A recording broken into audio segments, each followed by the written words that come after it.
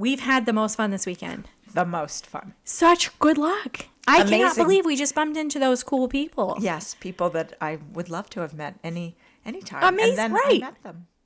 We were just talking about them. Yes. And I don't think I'm going to say who it was because No. I think I'm going to surprise Yes. the audience with that Yes. in a few weeks. Yes. Those very exciting and sort of famous people. Yes, for me in particular, because I didn't know you knew them, and I have been following them for as long as they've been On the interwebs, right? doing what they're doing. Yeah. They're such good people. Yeah. I'm excited. Well, I'm really glad that you're here with me today. Glad to be here. This is my friend Therese, and Therese lives in Florida right now at the moment, and that is where she works too, and she is an ophthalmologist there. Do you want to say anything about that? About where you work, or just offer? I do LASIK eye surgery based in Miami, Florida. I've been a LASIK surgeon for 26 years. And LASIK surgery, if you don't know, because LASIK tends to be used as a term by lay folk to mean just laser eye surgery. But LASIK is where you actually reshape the cornea so that you are more independent from glasses. Perfect answer, Okay. Emily. Thanks. Like I worked with pre-op and post-op patients or something. Yes. Yes. Well, it's a really, can be a really challenging job being a Yes. LASIK surgeon because sometimes patients can be impatient and have expectations that are maybe out of skew, Right. right? And I kind of blame the LASIK industry for that because early on we had to convince people that it was safe. Yep. And in the process of convincing them that it's safe and effective, the advertising, I think, blew it out of proportion. And people now think that LASIK can fix all eye diseases. Right. Yeah. When it has nothing to do with that at all. Exactly. Completely different. Yeah. Someone told me a couple of days ago, I said, oh, my friend's in town. She's a LASIK surgeon. They said, oh, my dad's having LASIK surgery. And I was like, I doubt it. Right. And they meant laser cataract surgery. Right. Right. So that's why I said that about that terminology. But And I've had patients who said they had LASIK and what they had was a retinal hole laser. yeah, they had a laser. And so that word LASIK gets thrown around for different things. Yeah. So if you have questions about that, you can ask us and we'll help clear it up. Well, thank you. And I'm so glad that you're here. I'm glad that you're in town and we could plan this. Yes. I want to ask you some questions. Okay. So the first question is, where do you see sacrifice in everyday life? And then we're going to say, how do you know that that's sacrifice? And try to define it a little bit.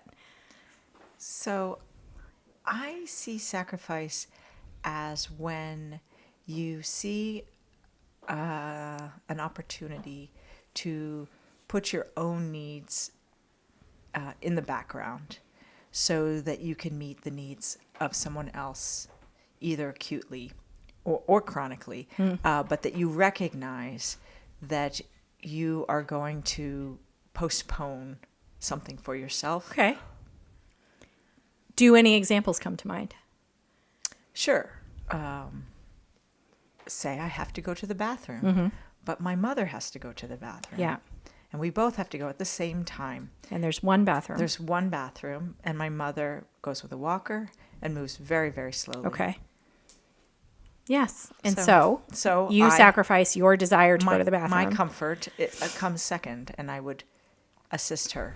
Very good. That's something small. Yeah, no, that's a good... minor, yeah. little biological discomfort. Sure. Some of the people that I've asked those questions to talk about it sort of naturally because they've been working in healthcare. So they talk about the sacrifices that healthcare workers make when they do their job. Have you observed people making sacrifices that come to mind in your day-to-day life, not necessarily at work or in healthcare, but they can be if that's what comes to mind? Well, definitely in healthcare, that happens daily.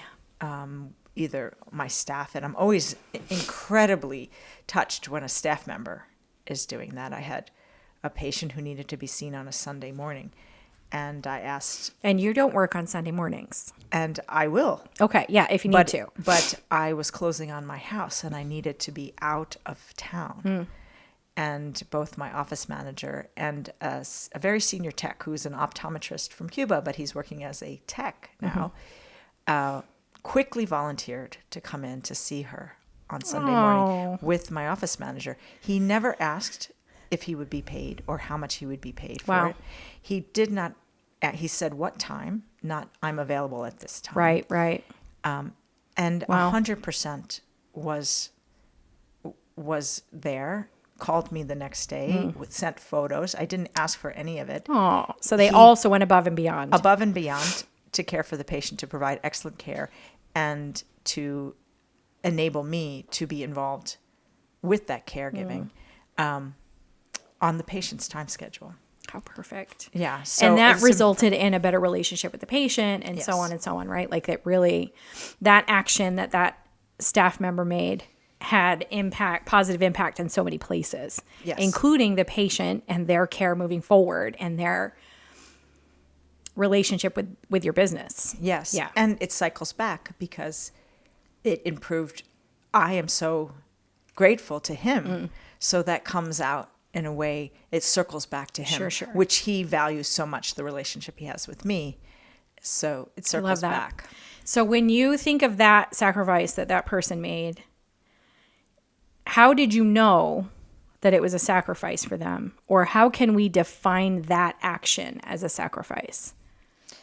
Well, most people don't think about going to work on Sunday morning at 9 a.m. Yeah. If you work a job that's 9 to 5, kind of Monday through Friday. Right. Yeah. And so it's that's a natural assumption in our workday culture that coming in on a Sunday would be a sacrifice. A really big sacrifice. Right. So whether it's family, whether it means he changes what he's doing on Saturday night. Right. So that he is in good form to be there. You can't be up all night drinking if you're going to see a patient at 8 o'clock in the morning. And your eyes need to work well. and you're the right-hand person for your doctor. Yeah. So you don't want to let your boss down. Sure. And you don't want to let the patient down. So... Thinking of, I need Subhan, can I have a tissue, please? He's so helpful. Thank you so much. That's perfect. I'm thinking about Steve. And the other house. And the work that's going on in your guys' life and how you both are making sacrifices in terms of, thank you so very much. He's the best. Yeah. In terms of like sacrifices, in terms of relationship building for you two right now, while you have this kind of separation in your life that's voluntary and copacetic and cooperative and intentional, that makes me think of sacrifices. Yes. Recently, so I haven't seen Steve since March 4th. It's the longest. And today's March 30th. That's a long time. That's the longest we've probably gone in our 17-year relationship. Oh, wow. And at one point, he was feeling, just a week ago or so, that he wasn't getting enough time with me. That the time that I was giving was distracted and not devoted to what he needed. And I said I wanted to have time together where we weren't just information sharing or making decisions, that I wanted to share other time. And he said, but right now, that is what I need you for. I need you to ask about the outlet or whether we should paint the wood or go natural. Kudos to Steve for being able to express that. Yes. We've been working very hard on our communication skills. So I heard him. Yeah. And I said, okay, let's make a touchstone time every day. Where it is sacred time and, 5 to 6 p.m. every day until you feel better. And I will make sure that nothing interferes with that time. And I will be available however you want to talk to me, whatever you want to talk about from 5 to 6 every day. And you can count on that. And so after 3 or 4 days of it, he was better. And he didn't need it to be exactly that time or that length of time. And it wasn't exactly a perfect plan, right? Like in the beginning, it was a little bit rough to get going. I think I remember we talked about, but then it got no problem. Like I bring that up because that's often where somebody stops trying if you start trying something new and it doesn't work perfectly in the beginning, we often quit. So that's why I bring that back up. It's important, I think, to shine a little bit of light on that, because that would have probably been the path to destruction. Right.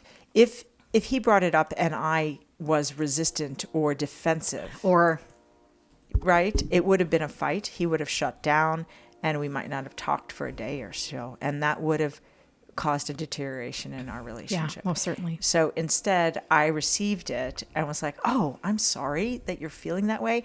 I'm struggling too, but that doesn't mean that we can't find a solution. I love that. I'm struggling too is a great answer, instead of going, I don't know what to do. or I'm it's your sorry fault you're feeling that way. Yeah. Right. No, I'm struggling too. And I also want to be heard. Yeah. And so then we're both like, okay, we're both struggling. Okay, now we're on the same team. Yes. We're struggling against not each other, but this decision that we've made that was zoom out picture, better for our lives, but zoom in this moment is hard. Yeah. And so, but we're on the same team. Right. So the I'm struggling too Love that. is a great way to say, okay, we're going to solve, we're going to find your problem. We're going to solve your problem. And we're also going to look at mine. Yep. Right. We're in this together. And we're in this together. Love that. Brene Brown wrote in one of her leadership books she started to say, the story that I'm in, this is what's happening. My experience is this, right? Or do you know what just happened right now? I'm feeling like you are mad at me, right? And just really help me think of different language around there. That's critical, I think. Yeah. Well, I am impressed that you guys made it through that first speed bump part. And I'm impressed at your intentional willingness to sacrifice. And I think that your awareness of it and like your commitment to kind of be present in it, like, we know this is going to be hard, so we're prepared and we're doing the best we can moving forward, right? I'm very pragmatic like that too. I want to hedge all my bets. This is going to be a challenge. Let's name the challenges and we can get it all lined up so I know how to head them off at the pass, and I'll see them coming and I'll be ready. I did one other thing. That night, after we said we're going to have this touchstone time each day, I woke up in the middle of the night also feeling like, oh my God, we have worked so hard to get our relationship where it is now. I don't want this to fail. And I realized that part of it for me was we didn't have a date set for when we were going to see each other next. We knew it was like the beginning of May, but we didn't have the tickets purchased. He needs to come to Florida in May, but it wasn't solid. And I looked at the calendar at 2 a.m. and was like, I have to go there. I have to go to Vermont. And so I looked up flights and I was like, oh, look, there's Easter. I love Easter. It's super fun with the rabbits in the spring and bunnies and flowers, chocolate, and all things, like that. Yes. And so, I looked at the calendar. I was like, I can go, and it'll just be a short trip, and I'll fly up. There's a direct flight. I can then rent a car. I can stay overnight in this hotel, and then because it gets in at midnight, I can stay overnight. I'll rent a car. I'll drive the 2 hours to the very remote town where he is, and we'll spend 2 days together. And then I'll drive back. I'll stay overnight, and I'll take the 5 a.m. flight back to Miami. Yeah. And so I put it on hold, a la our dear friend who connected us. Yes. Don't wait. Just buy your tickets. Put them on hold. Of course, yes. Yes. And I learned a lot from him about traveling and staying in hotels and renting cars. Don't make it hard. It's easy. Right. Just do it. Yep. And so I did all those things, and then knowing that I could cancel them if he said, no, that's not going to work for me that weekend. Yeah. But the next day I said, I booked this trip. Does this work? And he was like, yeah. Oh. Because now we have that date. And there was relief, it sounds like? Yes. Yeah. Because we have not just the phone call, but also it was me saying, I'm going to make this a priority. It's going to cost us a little bit of money, but in the long run, and we have a date. We're going to see each other on this day. This always makes me talk about values. And I want to underline or ask you about how you made that decision, and that was full of sacrifice, right? Like deciding that you were going to make the trip to Vermont was full of sacrifice. In that, I don't know where I'm going with this. Maybe we'll just. Yeah, I mean, I had to get it's our dear friend's birthday weekend as well. Oh yes, it is. Yeah, that's So- our friend George. Yes. You may or may not meet him. He might not. Yeah. He might not consent to come and Yes. sit in front of a camera, but he is hysterically funny and brilliant, and we love him, and he helps a lot. Yes. So it's his birthday, but I'm going to see him next weekend. He's going to be in Yes. Miami next weekend. We just saw him this morning. He's a global traveler, so he flits And an eye surgeon. and he Yes. flits in and out of our lives. Indeed. And we stay at each other's places with or without that person there. Yes. And it's a lovely, lovely relationship. Which we value. But so I was a little disappointed when I looked at the dates that I was not going to be For George's birthday. in Miami for George's birthday, because I suspect he might be there, but I don't even know Oh. if he's coming for his birthday. I don't know where he's going to be, but he's going to be there next weekend, so I'm going to celebrate it next weekend. Perfect. And then I realized nothing else really matters. Right. Steve is number one. So that brings me to values. So I'm going to try to flesh this out into words. I suspect that having a clear understanding of your values really helps you stay on track. Some people associate the word values with like churchy language. Some people associate it with things like love and family and integrity, words like that. And then some people have different words that they use for their values. The most common thing that people say to me when I ask them about their values is their family. And that makes sense to me, except that my family relationships and my family social structure is different usually than someone who says that to me. So it can be hard for me to relate to where they're coming from sometimes. So would you say that having a clear understanding of your values is what makes making those decisions easier? 100%. If our friend would get my coat for me, Oh. I can show you something that I carry in my wallet. Okay, and this will help me understand Yes. that. Can I ask you, are you willing to name Yes. a value or two or three? There are 5. Oh, But in reality, there's probably 10 or 15. Okay. Steve and I did a process from one of the many self-help I love gurus. this about you. And we've done a lot of things to discover who we are and what we value. She has endless pockets in this coat. Can we just say this for a Yeah. second? As we're looking for the wallet. I don't want to pull out what No, we just don't got. do that. Don't pull out what's in the pockets. You can't see. It's not for you. But Okay, so Pockets full. this is my very old wallet. And on this side, we have the driver's license. So the U.S. government knows who I am. This is the insurance card. This is a 4-leaf clover Oh, that cool. I found a long time ago. neat. This is my emergency contact for Steve. This is getting so intimate. This is from a magician Oh, who I wrote my cool. name on the deck, and then he pulled it out of my ear or something. Amazing. Here it is. It's down here. This is my new address. Is it laminated? Yeah, it's laminated. Therese, I love you so much.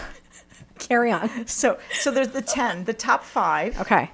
and then secondary. Okay. So when you're trying to make a decision, if you keep your top 5 in mind, you can usually make the decision. If all of those are good, then you're working down on the next 5. If it's beyond that, then it's just preference. Okay, sure. Okay, because then if you have your 10 values I'm already making met, notes about this. like you're trying to decide, do I want the strawberry or the blueberry? And Yes. you can only have one. Yes. Chances are your value system is not going to be Right. there. You're down to Yes. just a simple preference. Preference. Okay. But if you're thinking about, do I give up a weekend in Miami Right. with On potentially my friend's Oh, birthday. look at this pretty golden There's a spider. spider. It's a golden spider. Let her go. Let her Yeah, go. yeah. I'm just gonna make Yeah. room. Yeah. Anyways. So golden spider crossing the black velvet. So when you're making a harder decision, like, okay, so a happy, warm, sunny weekend in Miami with friends and a birthday party Seems and easy. blah, blah, blah, versus flying, staying overnight in a hotel by yourself at midnight, getting up, driving 2 hours, Spending money. cold, spending money, and then spend the day looking at the For rehab someone else. for someone else in Yep. the rehab and complain about how hard the work is, and then go back. And be something of a martyr because now you've done a service for I've done a someone. service. Right, yeah. Right.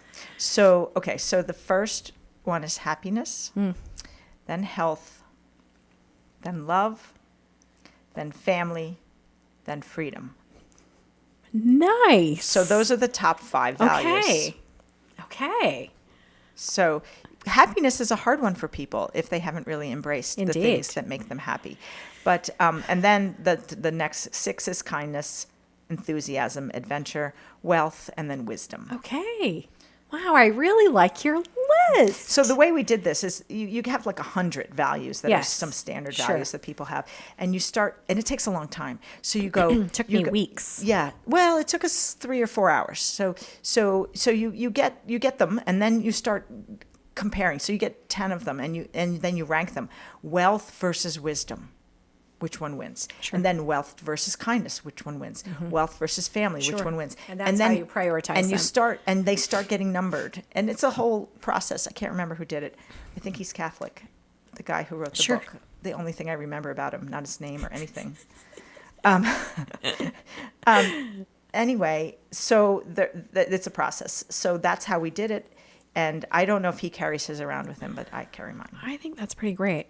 I have a thing in my wallet that someone gave me when I got sober that said, "Don't quit." And it's a little poem that I think you've seen probably before. It gets printed on a lot of things, and it's very popular thing to see on greeting cards, this little poem. But it was such a thoughtful thing for this person to like seek out this little gift for me to like underline their support in my journey to recovery and their friendship and their appreciation for me. And I have it in my wallet because of the love that was involved in the giving of it. It doesn't really, it's not a magic thing that keeps me sober or anything like that. But when I see it, Shani, I'm looking at you, Shani, who gave me that card. When I see it, it really reminds me that I am loved, even when I don't remember that I am, right? That there's people that love me and think about me, even when I'm not thinking about them or that sort of thing. It's cool. The stuff that we, did I just lose my, Yeah. my mic? It's cool. The stuff that we keep and think about and help us remember. Yes. Do we have to pause for a second? We're good. Okay. Are you going to share the poem, just so we know which one? I don't know it. It's called Don't Quit. Oh, I don't know it by heart. Okay. Yeah, but it's a popular Okay. it's a popular poem that gets published a lot. So that helps me develop my thinking around values. I think of the values as like a compass that I can point at, that I can check with. Am I on track where I want to go? And something that I hear, I'm always trying to think of ways to connect religious speaking vocabulary people to non-religious vocabulary speaking people, because what I do is connect people all the time. And a religious person might say, you just have to follow Christ. And so I think, what does that translate to in civilian language? And it landed me back in this value place, right? Mm-hmm. So if right now, I would say that my values are peace and strength and acceptance. And I feel like these will probably change over time. Oh, yes. Yeah. I think that that's what will happen. I think mine have changed a little bit. Even I didn't have it memorized. I wanted to look at it. I knew number 1. Yeah. But Happiness. happiness. Yeah. But it's really broad. It's right? really broad. And so it almost depends on the ones that follow it in the situation that you're in. I suppose. I mean, happiness is incredibly relative, right? Happiness is incredibly relative. Yes. We might know someone, we do know someone whose happiness would not be defined in the same way that mine. We wouldn't evidence the same kinds of things. They're happier when they're unhappy, right? They have content in their complaint. Yes. So that's right? It's incredibly relative and subjective, Yes. happiness. Yes. So let's, all right, in the sake of time, question number 2. In 5 minutes, we're going to take a break. Yeah. Thank you, sir. I will keep an eye out. He's so good. Yeah. So I want to ask you about how can you know when someone is good? And so we did this writing group at my mom's house, and this was one of the prompts that came out of the bag. And the prompt said, you can tell when someone is good by... So I remember you telling me about this prompt. I think somebody is good when they understand how their beingness in the world impacts others. I want you to develop that a little bit. Yeah. What's beingness? So their beingness, right? So sometimes it's very clear, their actions, like the young man that we saw earlier. Yes. His beingness, he was being very loud. Yeah. Was Let me give you a little. Yeah. There was a gentleman that was at the restaurant that we were at, and his behavior was socially out of the norm. Mm-hmm. And then we went to a store later, and he was there as well. and he was And his even behavior, more out of the norm in the store yes, than in the restaurant. The kind of behavior that just kind of sets your hairs up a little bit, right? You're kind of on alert. Because your beingness is more in alignment with the others around you. Sure. Okay, that's a good way to talk about beingness. Like I think. if he was a 10-year-old, there was a 10-year-old whose beingness was inappropriate if it was an adult. Absolutely. In the other location where we were.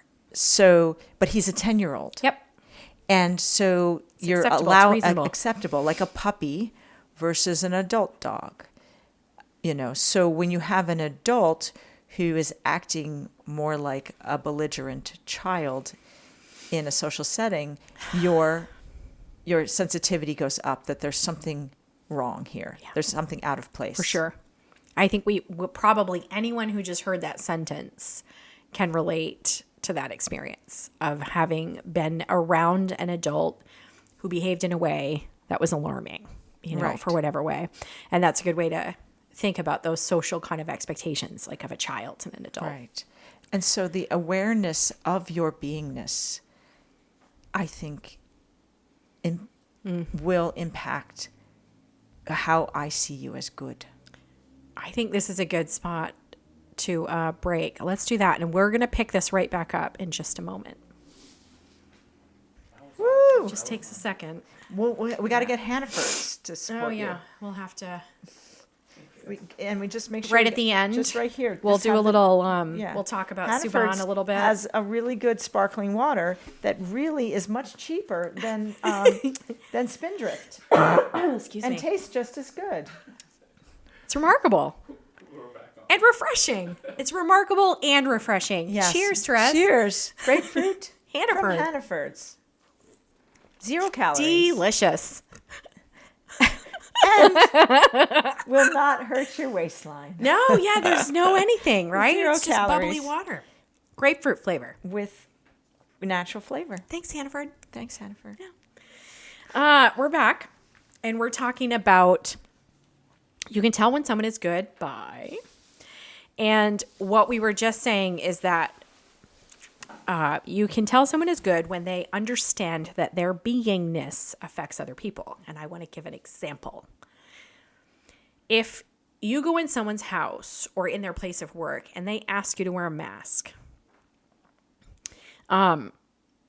you can engage in that behavior, put a mask on, and in that way demonstrate caring and hospitality and that sort of thing. You can acknowledge that your beingness affects those around you. Or if I'm in a crowded space and I need to sneeze and I cover my face, I have an awareness that my beingness affects those around me. But what can you think of other times that you have experienced someone not aware of how their life impacts other people's lives? Yes. That we can share? Yeah.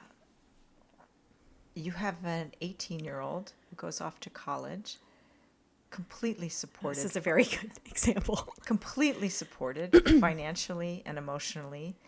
Their whole life, right? Their whole life. Very well supported. Very well supported emotionally and financially. Goes off to college. Comes home for winter break. Is completely supported during that time with material and emotional needs, as well as supporting another person to be there with her. Yeah. A boyfriend.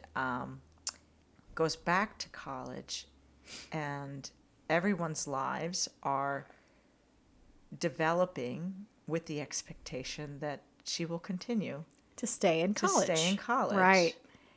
And many, many life decisions are made based on this happening 6-8 months. Many of the other people in their life are making major life decisions based on that. her staying in college. Yeah, and that decision had been made and continued to be made on a regular basis for Yes. 8 months prior. It's not like you made the decision, you have to live with it. You made the decision, you made it again at Thanksgiving, you made it again at Christmas, you made it in January. Yes. And And then- that person was aware of other life decisions going on. Yes, Yes, it's aware, not like- but not putting them Right. Not But they put- knew not- that not there were life things happening. happening. Okay. Yeah. It's not like they came home And then- to an empty house. Makes a decision to change her life completely and utterly with no plan. Which no plan. implies that they did not realize how their life and their decisions affect those around them. Yeah. Which is pretty common for a old teenager or a young adult, right? Yes. As our frontal lobe is still Developing. and we're working on that higher order thinking. And so I think that the best way to handle that is to allow the natural consequences and say, okay, you need to come up with a plan. Instead, she was rescued like you would rescue a 14-year-old. Sure. Instead. Yes. And sometimes that happens, and that's okay. And part so of the path. the learning may happen later. Slower, even. Maybe. Slower. Yeah.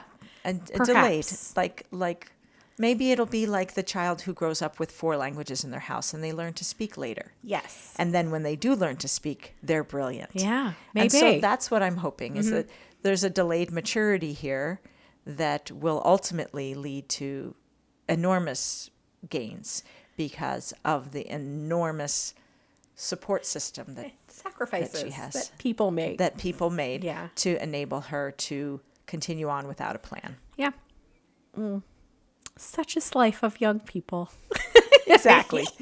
Exactly. Yeah, maybe something unimaginably wonderful will come out of this that none of us could predict. I Yeah. know that it will. I love that. Yeah. So we can tell when people are good by people who can tell that their lives affect others. Is there anything else you want to add to that? No, I think I'm good with that. That's pretty good. Yeah. I like to engage about that question a little bit too.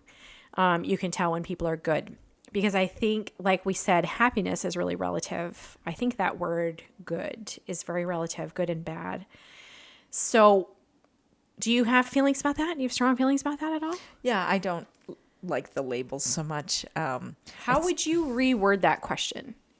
Some things are more effective or efficient or direct line to a goal than others. Mm-hmm.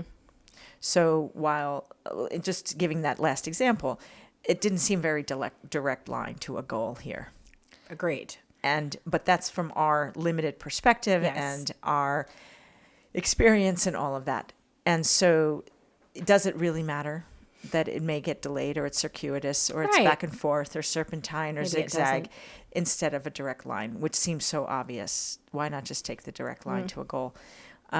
Because maybe it's not about that. Maybe it is about the journey. Right. And so what is good and what is bad? I don't like that as much. And maybe it's just not as efficient to the goal we were expecting.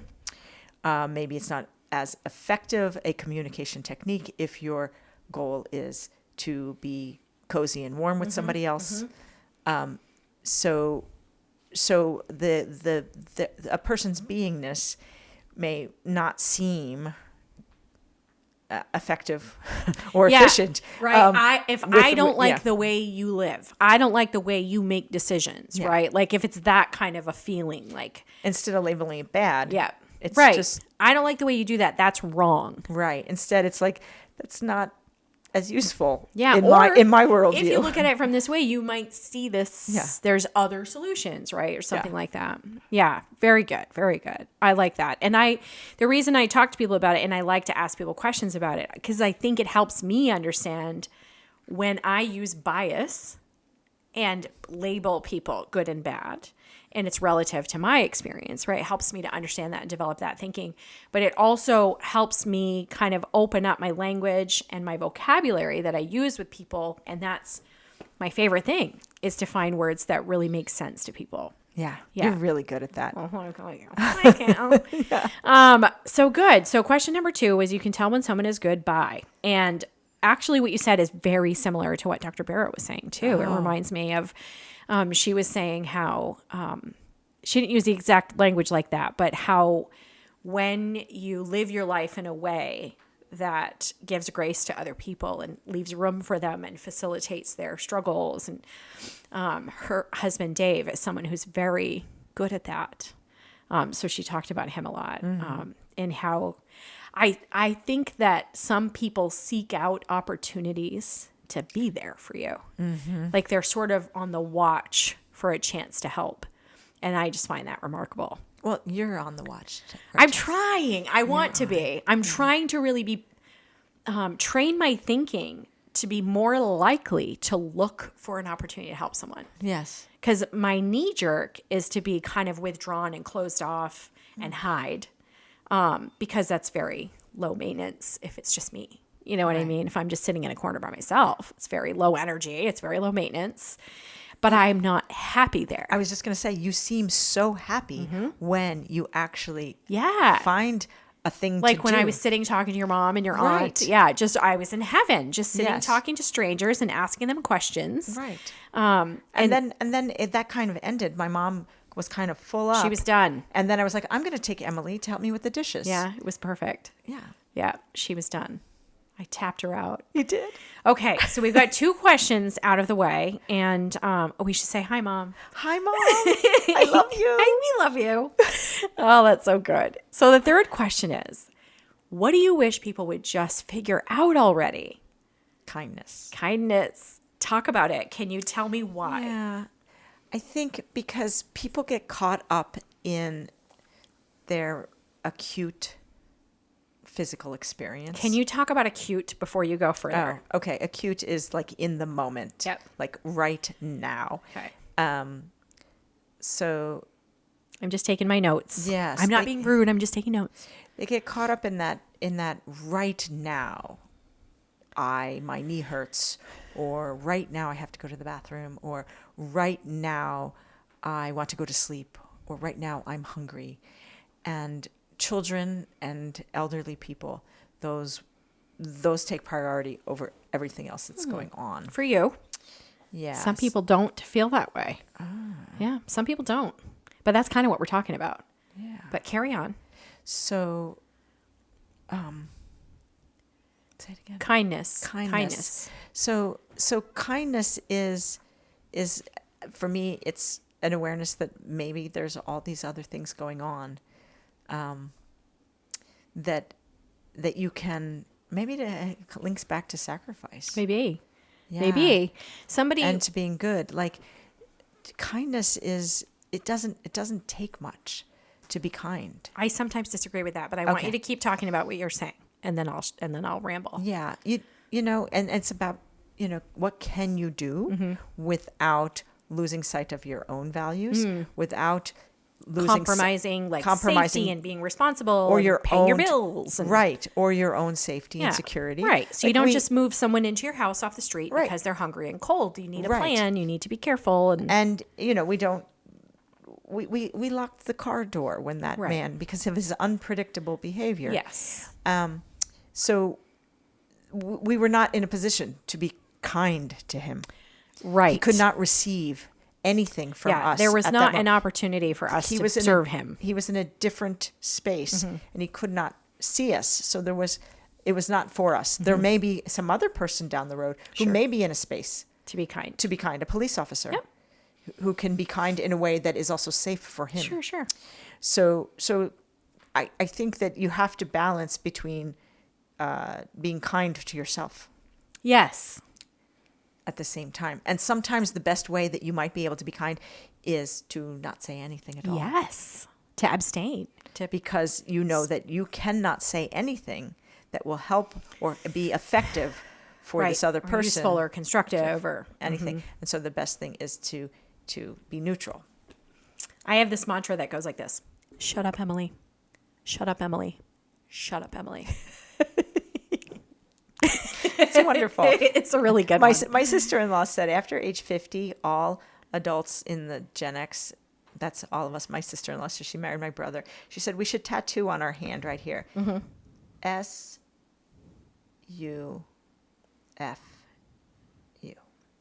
Shut the F. STFU. STF. That's it. STFU. Yeah. Because we're likely to say something that, especially if you're talking to somebody under age 50, Yes. that you're likely to say something that in their worldview is offensive. Oh, yeah. Hostile, aggressive, unkind. Yeah. Indeed. So And unhelpful. And what you're doing oftentimes is trying to shine a spotlight on how funny you are, or how clever Right. you are, Yeah. or how helpful, or Yeah, how you're much advice, or all throwing these things. sarcasm, And it's typically. unsolicited, Yeah. unwanted, and unhelpful. And a lot of times backhanded. Backhanded, exactly. Right. And it has to do with maybe our upbringing where that was a way Sure. that people interacted. But currently, And that's our ego Yeah, or so- something like that. Yeah. shut up, Emily. Shut up, Emily. So I find that I think the path of least resistance is often anger and snark and sarcasm. And to me, that's an easier path than kindness, oftentimes. However, I posted a little blurb about this the other day, one of my little car wash videos, and I was saying about this, like, sometimes I think it's harder to be kind than it is to be nice, especially in my own house, with my own family, people who I'm close to. But why? Why do we think that it's easier to be Well, I clever don't think I and put much thought into it at all. I think it just happens. Right. The path of least resistance is, for me, But I think that's because of patterning. probably. Growth, so I think kindness is a habit that you practice. I also think through this week of, like, I had that video posted and some people talked to me about it, which is why I do that, because I want to hear from you. I want to know what people think about it. So developing my own thinking around that too, and with some other people, the long game, kindness is easier. It's a better investment, right? Because in the long game, the snark and the sarcasm, the dividend is terrible. The payout is no good. And the kindness always pays out. Double, triple, quadruple, Right. 10 And- times over. And sometimes the snark, is only satisfying in that very moment that it's coming out of if your you're mouth. lucky, If you're it's lucky. satisfying in that moment, and it's- right? yeah. And then it's gone. And then it's gone. And I want someone to then clap there's- for me of how clever and sarcastic I am. And chances are they're just feeling bad. Yes. And now worse, probably. Yeah. Because I said something backhanded and unkind. Yeah. So I think sometimes it seems easier to be mean, but the better investment is to be kind. And so if we can build that skill set, then it becomes something that's more likely to happen spontaneously, right? And spontaneous means without intervention from the outside. It just happens. And that's what I want. I want spontaneous desire to be good and kind and look after people and that sort of thing. Right. And I think the desire for the snarky and all of that comes from our culture of celebrating comedians. Especially Gen X. It's Can I say yes, that? It's celebrating comedians who are really good at it, and they make us laugh. Well, and it's so, hysterical. so it is, Yeah. and we want to laugh a lot. So we use humor to diffuse, and we think that our humor in a family situation or a social situation is going to be received the way we receive a comedian on stage. Yeah, I agree. But it's not. And so we use too much of celebrity culture to inform our day-to-day interactions. And not everybody is your audience. I have had plenty of humbling moments over the years where I realized the world is not my audience and that my sarcasm was hurtful. That somebody, like a teasing kind of a social exchange, someone always is hurt. It doesn't matter how funny it is or how true it is, right? When Yeah. I'm just being honest. Right. But did you pay tickets to come and hear that joke? No. You Yeah. just happen to be in this. You have an unwilling audience sometimes. Yeah, I agree. And we forget that we are not comedians on stage with our family. Fully agree. I'm just checking time. I want to ask you another thing before we wrap. This is something that's humming for me that I'm starting to talk to people about. Earlier, we talked a little bit about when you bring someone new onto a team and you can tell that the team is rejecting the team.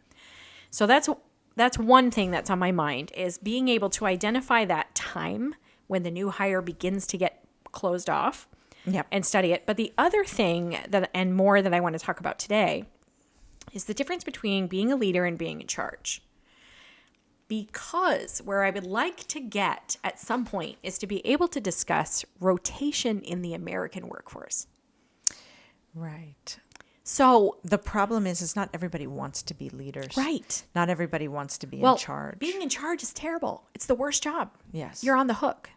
So when I am trying to develop my thinking around and talk to people about is that difference between who a leader is, what they do, and who the person in charge is and what they actually do. For example, the President of the United States is in charge of some things, but may not be a leader, might have terrible leadership qualities. The principal of a school might be very good at policy and compliance, but have terrible leadership skills. You see what I mean? And we can think of some people who are amazing leaders Yeah. and also amazing at being in charge. Yes, absolutely. So many. There's some previous So many. presidents. Yes. But thinking of rotation in the workforce in terms of this is a terrible job. It would be good if everyone took a turn doing it so they could all understand how awful it is and why it matters so much. Yeah. But if that job requires a highest level education, then everyone doesn't get a turn. Right. How could we build empathy and understanding in the workforce through rotation? I feel like that's way further away. So I'm back here talking about leadership versus who's in charge. And do you find that on your team at work that you can clearly identify leaders no matter what level of authority they hold? Yes. And are they the same people that are in charge? No, I have talked about my team about this. Like, different people are the hub of different spheres in the office. Say more. So the front desk person. Okay. These are Okay. the spheres. Yeah, she's in the sphere of the front desk. She is probably the lowest paid person in the office. Okay. Has the least credentials, Right? but she knows the phones. She knows the system. She knows where the appointments are going. She knows which faxes have come in. She knows the scans. She knows everything. Yeah. I know none of that. But if she's the hub for the front desk, Right. I'm not going to go to my senior tech to ask about the faxes that I was waiting for from a pharmacy. Right. The senior tech may know about it, may not, but she's on the outside of that, the hub person. And so I go to her and I give her value by saying, can you tell me about the faxes that came in today? Yep. So she's the hub. Yeah. And so I give her, and I appreciate her value. But then the ordering of the critical medicine that I need Sure. for PRK, a procedure similar to LASIK, but not the same. But It's very melty, PRK. Yeah. Keep going, keep going. So there's a medication that goes bad in 3 weeks and it needs to be frozen. It comes on dry ice. And if I know that I have a patient coming up that week with PRK, I need to know, do we have it in stock? Did and we all order that. it? Did it come? Do we need another? Yeah. And I'm not going to go to the front desk person. She may have signed for the package, but the person who's responsible for making sure it gets in the freezer is that senior tech. So I'm going to go to her. She's in charge of inventory and all of that. Yeah. So there are people who are in charge of all of these things Yep, in their spheres. in their spheres. And it's really important that we appreciate them and that others recognize that. And so I do a job as a leader to say, look at all these spheres. This person is doing this person is doing this person is doing this. All important. Yep. What we're doing is a team sport. There is no one, we can't do it without all of you. And so this is a team sport. Everybody, I might be, the quarterback, but I need all of you. Yeah, I even need the people on the bench. I need the people on the bench. I need the audience. I need the Right. people coming, paying tickets, so, so I would need everybody to recognize that everyone has value on this team. I appreciate your sharing your insights on that. That helps me think about that some more too. And I want to talk to business leaders about these topics. So the more often that I get to talk to people who have businesses and teams, the more it helps me to build that discussion. when I start to think about the absurd tabloid circus of politics, it makes me want to separate the celebrity from the work. And the work sucks. The work is hard. It's work. And so if we can identify in a corporate type of team, the person who is the CEO, like let's say that's sort of everyone's measure for success. That's everyone's trajectory for development. I want to lead a business. Just for sake of language, we're just going to call that. Okay, that's what everyone's goal is. But not everyone can get there. And not everyone understands what that even is, what this person does or who they are. But there is a level of deference and celebrity that gets attached to the leader of a business. And I think that if we change that culture around the tippy top leader person, that is the pathway. Yeah. So that's where my brain is I running like it. right now. That's I what I'm like it. developing. I want to see where that goes. Cool. Well, maybe we can talk about it again sometime. Yeah, I absolutely. think that would be a really good topic for us to follow up on. Yes. And I can't wait to hear more about Vermont too. Yeah. So that's perfect. Thank you so much Thank for you. coming here with me today. Absolutely. It means so much to me. It's been a brilliant weekend. It's been so fun. so fun. And I can't wait to share our surprise guest that's going to be coming in a few weeks that we got to see today. I can't believe it. And I'll be recording again tomorrow with a friend who's local here and works in some banking. And so we have some more episodes that'll be coming out soon. So thank you so much for your time today. Yes, thank you. Shout out to Saban Pantai, Memory Maker Photography, producer extraordinaire. He has us here at Selfie Space over in Brewer, 54 Wilson Street in Brewer, Maine. And if you need any help with photography, recording, audio, video, or any education along those lines, he is your guy to go to for that. So don't forget, Selfie Space, holla. Okay, guys, if you haven't got yourself a copy of my first book yet, it is on Amazon, and it's called Relationships Are Everything. Oh, This is not my idea. That's the name of it. Relationships Are Everything. This is not my idea. I got to get it. I can't take credit for it. It's not my idea. Thank you, Hannaford. Thank you, Hannaford. For these delicious our waters. Future sponsor. We love you. That's a wrap.